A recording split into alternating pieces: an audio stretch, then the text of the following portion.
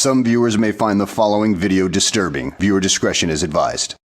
What's up, you guys? Welcome to my YouTube channel. Today we got an interview with the most famous Crip, X. Well, we know him as Xavier. Most people know him as X. Some people know him as X-Lo.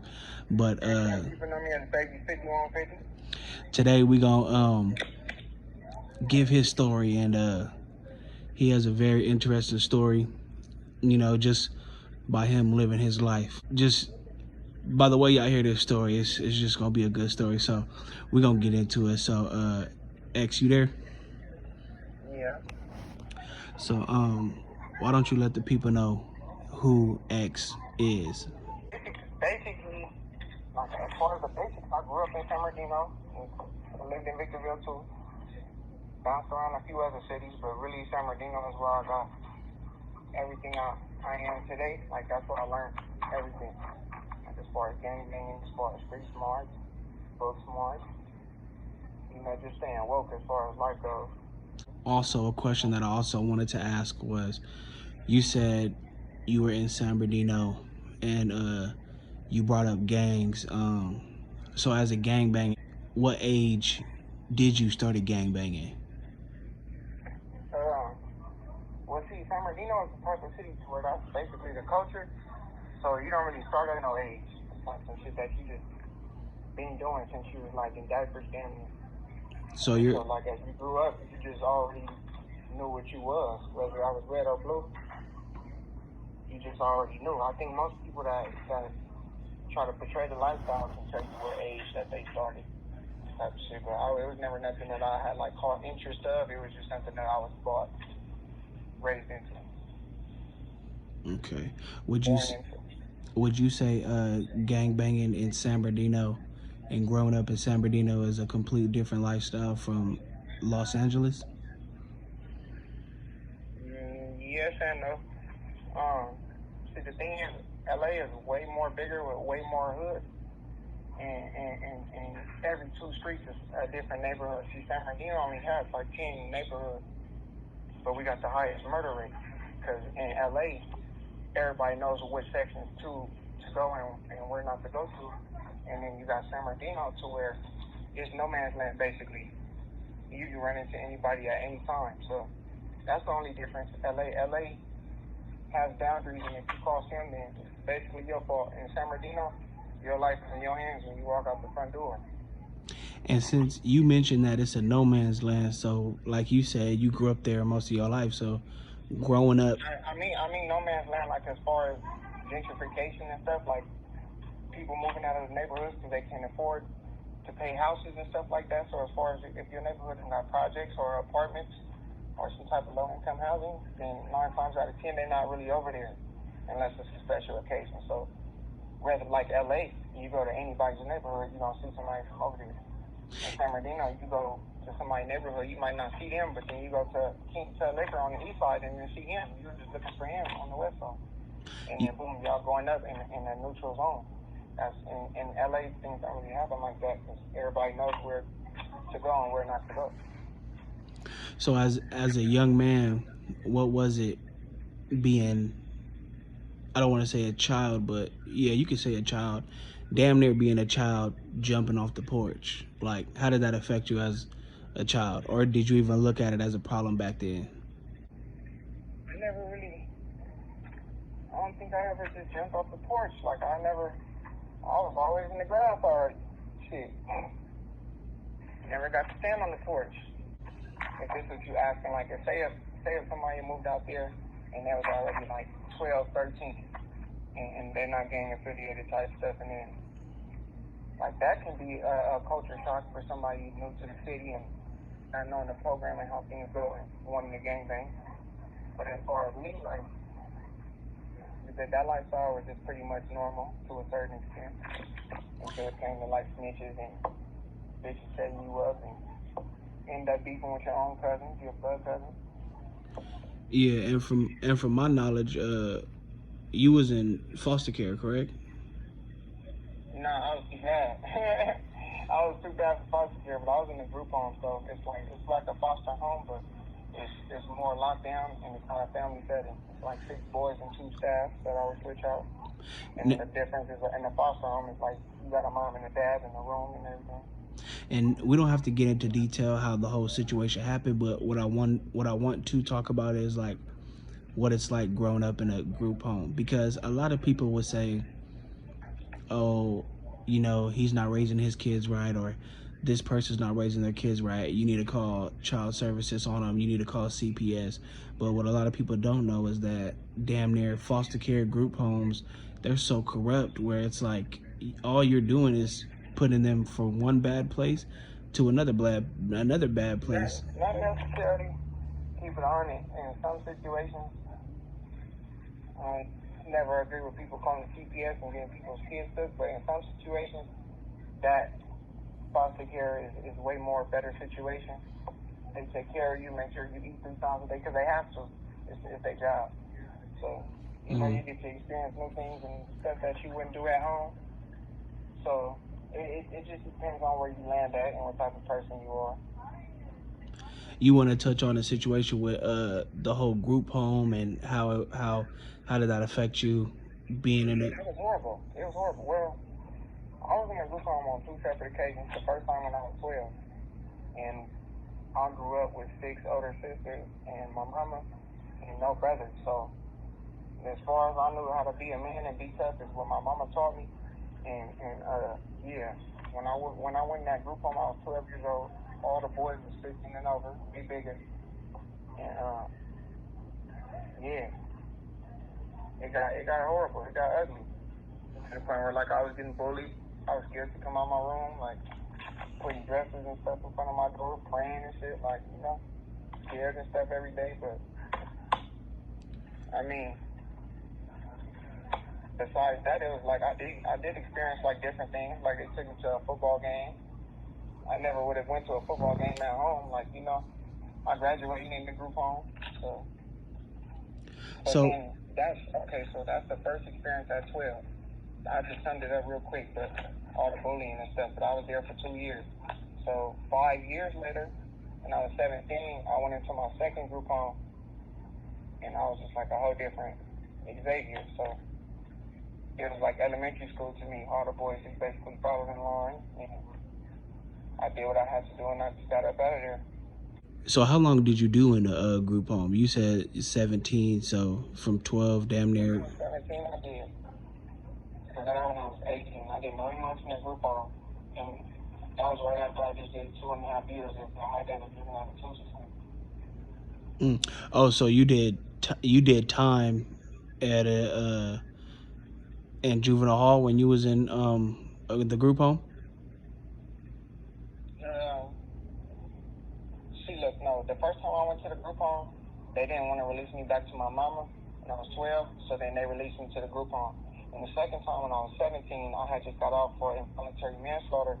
I did almost 3 years, and they said I wasn't used to society, so they'd rather release me to a group home in this controlled environment than just, you know, release me. So yeah. So you did. And then it took 20 interviews. 19 of them denied me, and that last one accepted. So you're talking about you did 3 years behind bars? 2.5 behind bars, and then 9 months under supervision in the group home. What did you do that? What did you do that time for? What type of crime did you commit? I killed my homegirl on accident. You don't have to, but would you? I mean, you don't have to get into detail, but if you do want to get into detail, you could. But so you went to jail for a murder, right? You did 2 years. It was involuntary manslaughter. Okay, yeah, you went down. The original charge was murder until they did a thorough investigation, found out it was an accident. Okay. They dropped it down to involuntary manslaughter. Okay, so let's talk about how that started. So take us back to before you even committed that. So you were there, everybody was there. What happened that day? No, I'm going to take you before that. Okay. A week before that. 2 weeks before that. Okay. 13 days before that exact date that incident happened. I was just walking out of jail. 13 days before that, walking out of jail, I just did 4 months. And then I told myself that whole 4 months, like, I'm sick of this lifestyle, like going to jail. When I get out, I'm getting baptized. So I did that 4 months, I got out.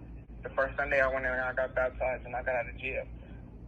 Nobody would take me to church. My grandma wasn't going that day, and then my grandpa wasn't going into, like, it's a service after the main Bible study. And he wasn't going till then. But they didn't do baptism, like, until, like, early in the morning. So I hopped on the bike and I rode up to the church by myself. I told the pastor I wanted to get baptized. And he knew me since I was 9. And he looked me in my eyes when I was 9 and said I had a demon in me. So when I told him I wanted to get baptized, he was damn near in tears. He made it happen real quick. So, boom, they did me in the water. And I rode home. I told my people, nobody believed me. Like, they all didn't expect it. So then I'm thinking, like, okay, I did something different. Life is going to change. So the next Sunday after that, I got baptized is when the incident happened. And the Saturday prior, but the Saturday before that Sunday, I was at the mall with my homie. I told, we were supposed to go back to my house so we could go to church that Sunday. I ran into my boys at the mall, and they said they was going to a party, so I went with them. And my boy Xavier went back to my house. He went to church the next morning where I was supposed to be at. So I ended up going to the house party. I was going to get dropped off back at home. And the house party had got shot up. So when it's a situation like that and we all made it back to the car, nobody wanted to separate. So we just like, fuck it, we spending the night with each other. That was on Saturday night. So we went back to the house where it happened at. My homegirl was there, she was sleeping. We woke her up, told her what happened, we was all laughing and stuff. I ended up falling asleep next to her that night. I woke up and I was late for church. My first church service, like, after I got baptized. So then I'm just like, you know what, fuck it, I'm gonna stay here then. So I ended up being there all day. I spent the whole day with her. The whole day. And then towards the end, it was gonna become 9. See, my curfew was at 9 o'clock on the weekdays because I was on probation. So I told my homegirl, could she take me home? She went to go get her keys. Some little badass kids, before I asked her to take me to the house, I had went to Walmart and stole a box of CO2 guns.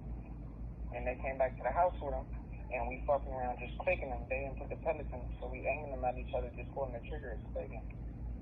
So I told her to take me home. She like, okay. She goes to get her keys. My bro, like my day one homie, walked in. He got what I figured was the same thing that we were just playing with in his hand. So he texted on his phone. I tell him, let me see it. He still texts on his phone and hand it to me like nonchalant. So in his mind, I can understand why he didn't think he had to warn me it was a firearm. But in my mind, we was just clicking these fake guns that just looked just the same and almost heavy, and it was just clicking, you know. So I took it from, I went, as soon as I got around the corner, I seen my homegirl, she was on the other homegirl's back, like giving her a piggyback ride or something like that. And then she got off her back when I got to the hallway, and then I pointed the gun at both of them, and then the homegirl was like, watch out, X, you probably got pellets in it. And she slapped my hand, and I'm gonna pause it there just to give you, like, for the longest time, I always thought it was the sensitivity of the gun. When she smacked my hand, it made it go off. But now, as time goes on, I pulled the trigger.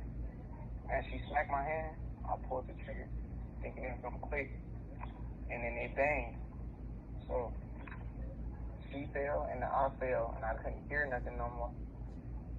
I didn't process it that quick. I just thought it was like an extra powerful BB gun.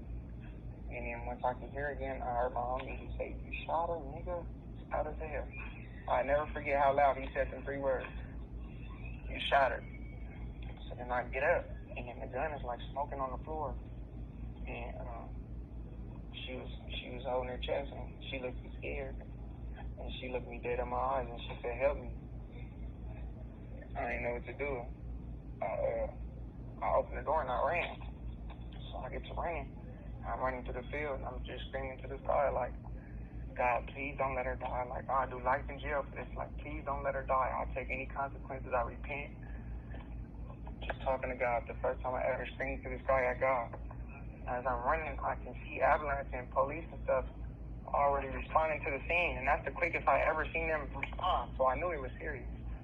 So I hop a gate, almost fell into some people's pool. My point here. So then I hop back over the side gate and I knock on their door. I think they don't see me hop in their backyard because they didn't open the door when I told them can I use their phone. They said their alarm was set. Mind you, it's about 8 o'clock. People start locking up their house.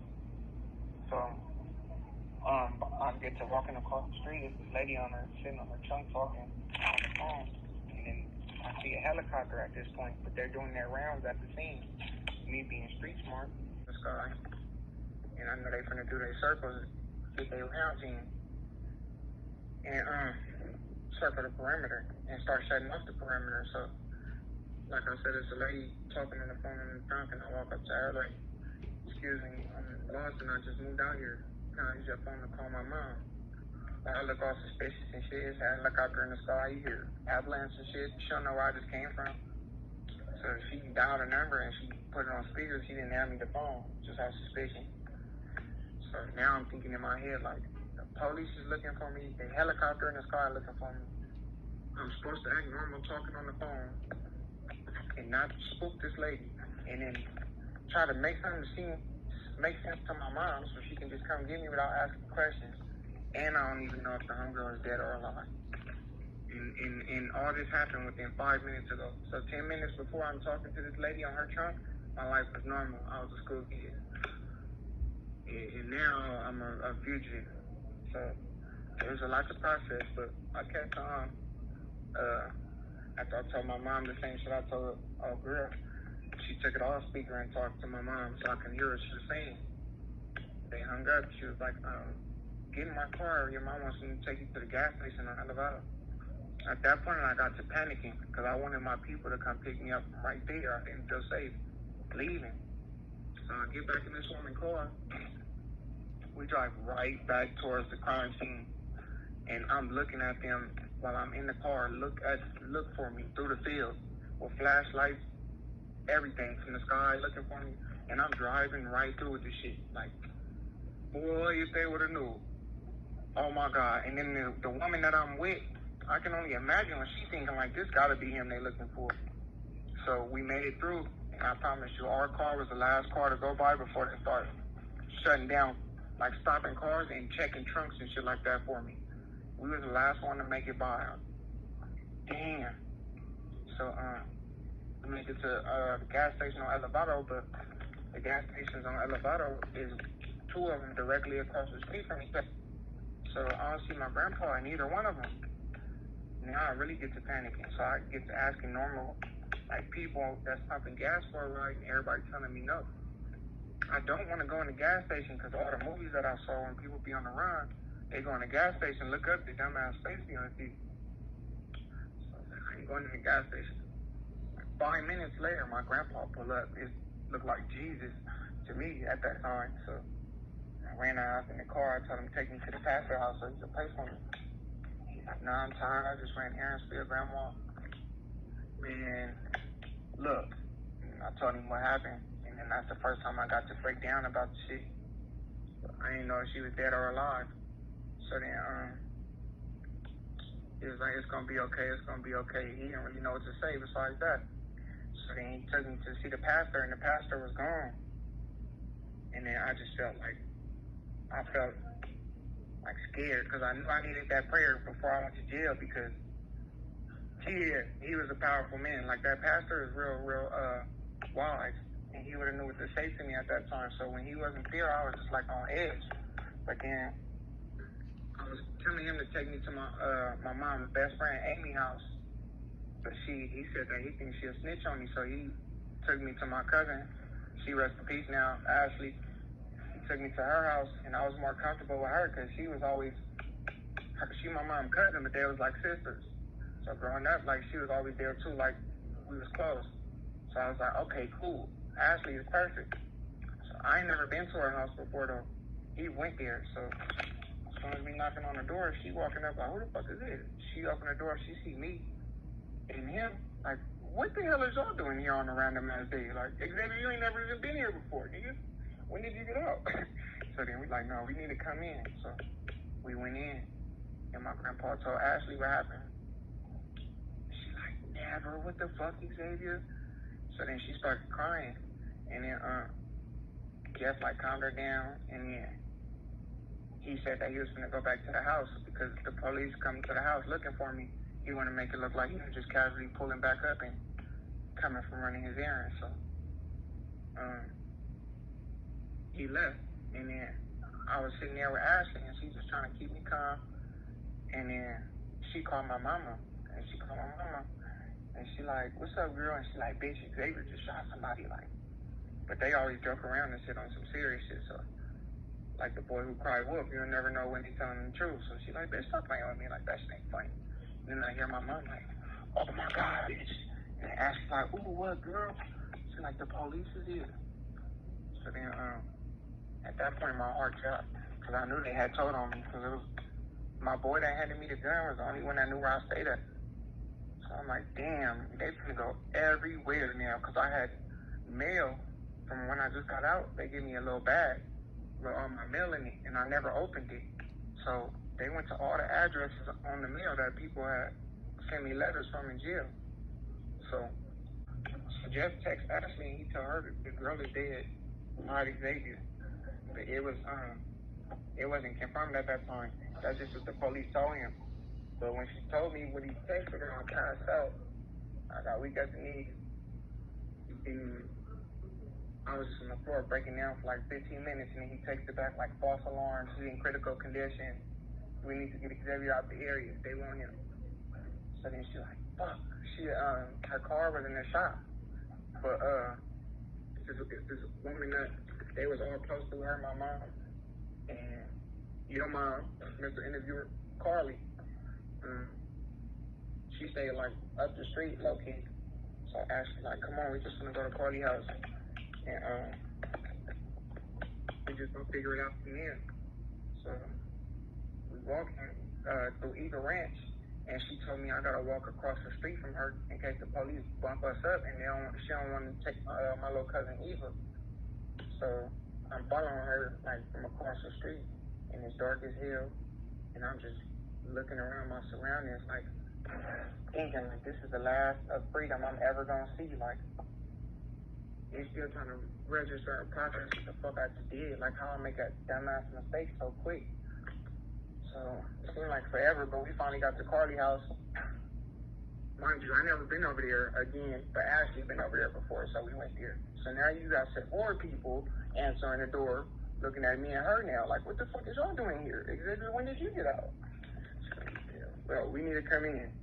So then came in, told her the same story. Now everybody looking at me shocked, like, nigga. Like, everybody crying. So then they had already started posting it on the Victor Valley news groups that I'm a monster and they need to hurry up and capture me and da da da da. So I'm looking at that like, damn, but nothing's confirming that she's deceased. Nothing is confirming it. So I called my friend Deja, and she said that she thinks she's gonna be okay. She got hit in the side. So I was able to kind of breathe and talk to people. And then my mama had came in, and she looked at me, and we just hugged each other hella tight. We just both started crying. She said, "What you need?" I said, "I need a cigarette." We smoked a pack of cigarettes that night. Whew, it was just crazy, man. So then, by the end of the night, we came up with the conclusion that I was gonna turn myself in, and because since she wasn't dead, it was just gonna be assault with a deadly weapon or attempted murder. I really didn't care because it was an accident. So yeah, so that was the conclusion that we came up to. We left Carly house, go back to Ashley house, and go to sleep so I could turn myself in the morning. As soon as we get back to Ashley house, I fall asleep on my mom's lap. I'm so exhausted. Next thing I'm waking up to is her like, "Yo, punk ass grandma told the police where we at. Come on, hurry." So I run to the back. I tell my cousin Ashley, like, "Grab Eva, like the police is coming right now. And I need a sweater." She said, "I don't got no sweater, grab that blanket." So I grabbed the blanket, I threw it over me. I'm not knowing that they thinking I'm armed and dangerous. I grabbed the blanket, I threw it over me. And I ran outside. I went outside with my mom, and my mom got hit by a car back in 2008. And she got a metal pipe in her leg to where she can't bend her kneecap. So I wasn't finna just, you know, like, so I just tried to move at her pace. By the time we hit the corner, it was all, it was red and blue lights like Christmas. They had beams, all that type of shit on me and my mama, and all that. And she just started crying, like putting her hands up, like, don't shoot my son, please. And I got a blanket over me, and they think I'm armed and dangerous. They're not knowing how I'm thinking. They gave me specific instructions on how to take the blanket off. Got on my knees, got on my chest, and they cuffed me. And then when they cuffed me, they told me I was under arrest for first-degree murder of Dakota, Washington. I looked at my mom, and that's when I knew she passed away. My mom just started crying. I looked in the sky, looked at all of my surroundings, like, I just fucked my life up. I don't know. What is life at this point? So yeah, they took me, my cousin Ashley, my mom to the police station. We sat there all morning and all day while they did their thorough investigation. They came back. They told me good news. The DA dropped it down to involuntary manslaughter and like 3 other charges that followed behind manslaughter. And so basically what that meant is I wasn't going through life. So I guess it was good news. They said I got 5 more minutes to talk to my mom. And we just hugged each other that whole 5 minutes, not knowing when life is going to be back normal. And it wasn't back normal for a long time after that. It's really still not. My mom ain't been the same since then. Like, yeah. So we talked that little 5 minutes, and then they came in and separated us. She just was like, it was horrible. I love you. I love you. I love you. I told Ashley, I love you. I love y'all. And like, damn, X, like, keep your head up. I am. I got to. And they left. I done been to jail 3, 4 times before this, and I ain't never seen these people. They have some real important outfits on. They came in with some big-ass cameras, one of them 1980s cameras that do the big-ass flash, and then the picture print out the bottom. And they told me face front, took the picture, told me turn sideways, the other side, took the picture, took the blood spatter pictures on my shit, had some biohazard, like plastic that they put all the shit in. I was like, damn, I'm gone. It felt like TV, Force 48. So yeah, took me in the sheriff van, went back on my way. And when I got there, I had just got out 13 days prior, so everybody was waiting for me. I'm on the news and all that. People on the phone talking to their people, like, they already know. I'm in booking, not even knowing. Everybody knows who I am now at this point. Like, from here to LA, China. That's I walked in the unit. I ain't had no problems. Everybody was in the windows waiting for me. Happy to see me. Like, keep your head up. And you know, at the beginning of my journey. Yeah, man, that's a powerful story that you had right there. Man, that's crazy. So the situation happened, then you go to jail, prison. Was it? No, I never went to prison because I didn't get sentenced. I beat the case to court. But where were you locked up at? I was in juvenile detention center, but I was being tried as an adult. That whole time. You were in. You were locked up behind bars. How did that affect you? You committed the crime already happened. You're behind bars. You didn't beat the case yet, or they didn't even tell you about the case yet. You know, you're serving your time. How was it serving that time? Was it like hell being in jail at a young age? I never went for a serious crime before until that time, so that was like one thing that was real stressful, is like not knowing what my fate was gonna be, like as far as how many years I gotta do. But then again, the main thing that was hurt, that really, really stuck with me, that fucked me up, was her. Like, and being with her whole last day of her life, and she laughing with me, smiling with me, and like, you know, the last thing she told me when she looked at me in my eyes was help me. And I can only imagine what she was thinking from her point of view. Like, that was what was more fucked up. I was ready to do as many years as they gave me. Mm-hmm.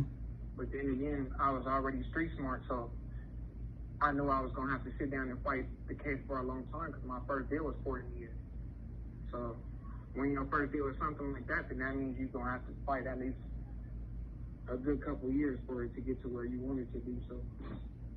So, how did you eventually end up beating the case? Like, at what point did they say, you know, we're gonna roll it up? You know. So I'm going to court. All throughout my sentence, the judge don't even look at me. He just come back in 3 months, come back in 6 months, come back in 5 months. So eventually, it just got to the point where in the dope court, they just got tired of seeing me and not getting nowhere with my case. So then they had told me 9. Now I want to sign 9. I had already served two years. So due to the fact I was being tried as an adult, they was gonna give me county time, which is double, which means every Monday equals 2. So I'd have 4 years served, and I would have to do 5 more in the youth authority. So I was solid with that. I was gonna sign it, and then when Trump and all them started debating for president, they had the props and shit that they wanted to pass. And the staff was telling us as we watching the debate, like, pay attention to this prop because that prop is gonna get out of jail some of y'all. Prop 57, which was they charged so many minorities, black and Mexican kids as adults without looking through the paperwork and really seeing that they could be rehabilitated. So after 2.5 years, they passed this law. I was like, whatever, they always pass laws. That shit don't got nothing to do with nothing. So I go to court, and my attorney tell me, like, did you hear about Prop 57? Yeah. I'm like, well, shit, I think you back in juvenile court now.